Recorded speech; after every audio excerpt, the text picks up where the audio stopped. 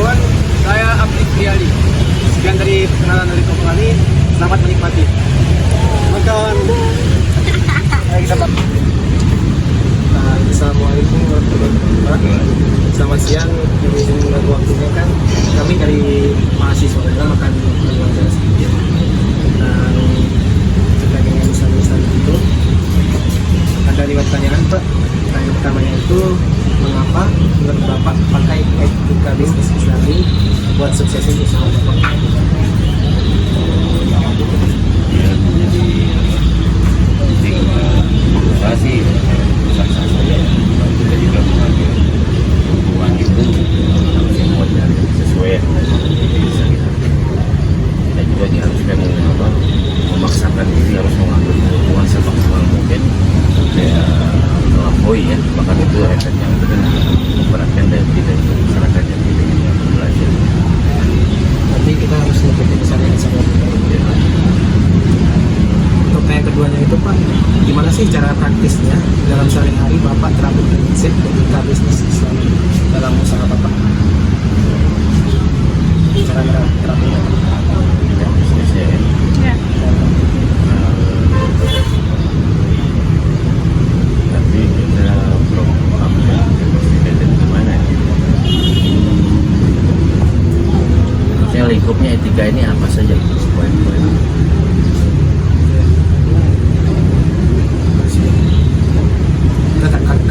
Artinya kita menggunakan harga sebagaimana di price-nya.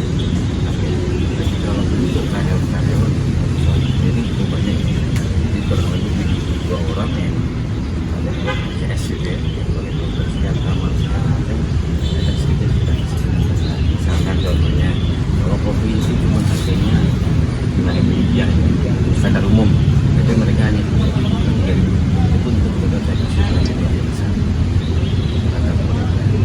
kadang bahkan beberapa kalau ada makanan yang tidak ada bagian seperti itu mungkin tidak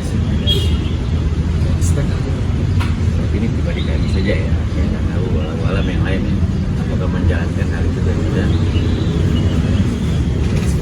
Terus pertanyaan selanjutnya itu, kira-kira gimana sih nilai baik Islam itu bantu banget dalam bisnis Bapak?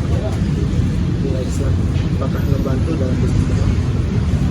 Jadi prinsipnya begini, kita memang harusnya namanya ikhtiar, walaupun itu sudah ada takdir ada Allah, tapi bukan berarti kita harus belajar. Kita tetap juga harus ikhtiar dengan kemampuan yang kita miliki.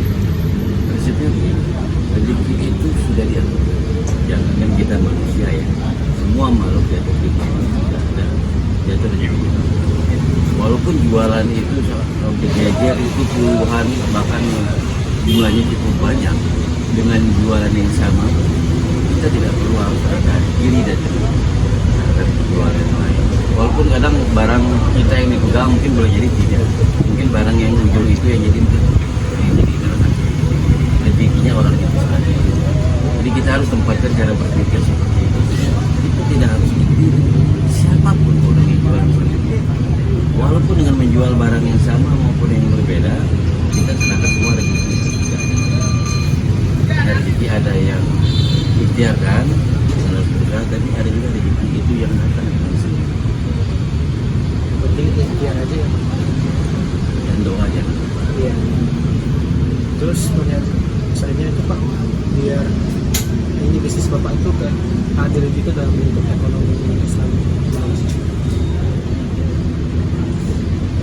Adilnya begini,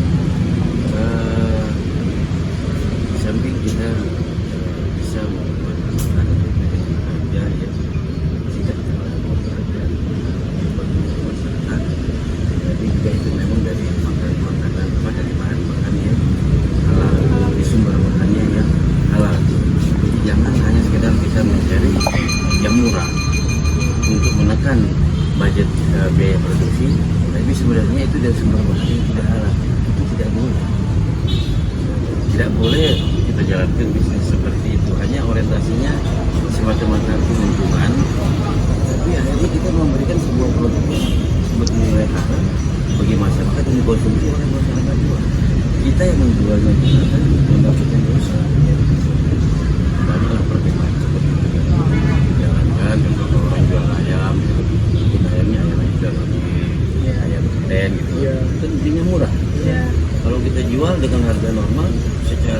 Tapi memang komitmen ini besar. Tapi kan mau menjadi dosa. Itu tidak pernah kita jalankan.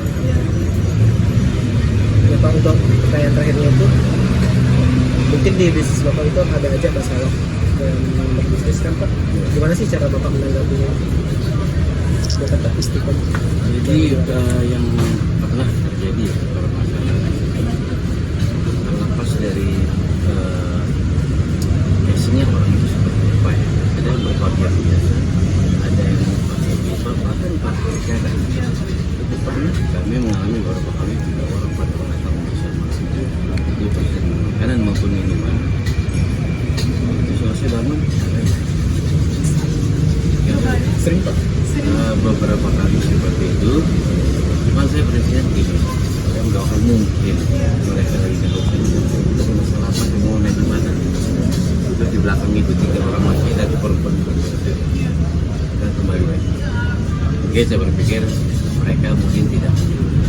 Kita mungkin di lain waktu ada rezeki kalau dia mengingat, kalau dia minum sini belum bayar, mudah-mudahan. Tapi kalaupun toh tidak, saya masih mendapat keuntungan dari pembeli yang lain. Saya jelas. Datang berbayar itu Contohnya ke sedekah sosial. Mungkin itu aja sih pertanyaan kita Pak. Terima kasih atas waktunya Pak. Ya, mulai dari pertanyaan pertama, bagaimana Bapak menggunakan etika bisnis Islami buat dan usahanya Pak?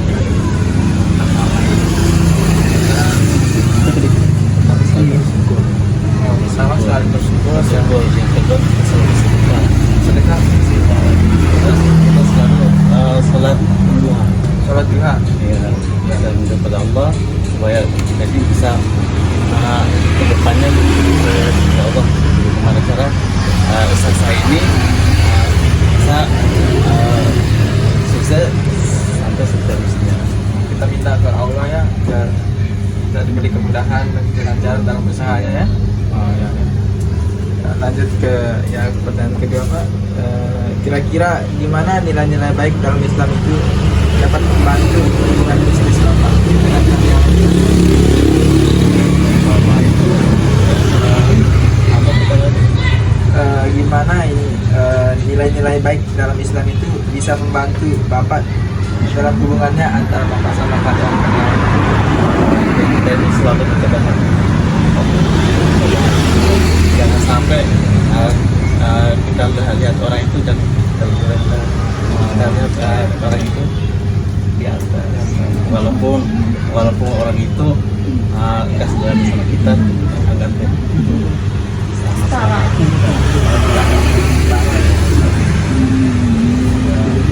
nggak mandang orang kaya, orang miskin, terus atasan bawahan. Lanjut ke pertanyaan ketiga ya Pak. Pernah nggak Bapak membantu inisiatif bisnis ini buat bantu masyarakat sekitar? Ya itu sih Pribadi? Iya. Oh ya, ya maaf Pak ya. Ya, yang ketiga ya, dalam urusan keuangan bisnis, apa sih langkah simpel yang Bapak ambil sesuai sama prinsip Islam? ya itu bisa sifat kemudian untuk mereka sebagai bagian untuk menegakkan agama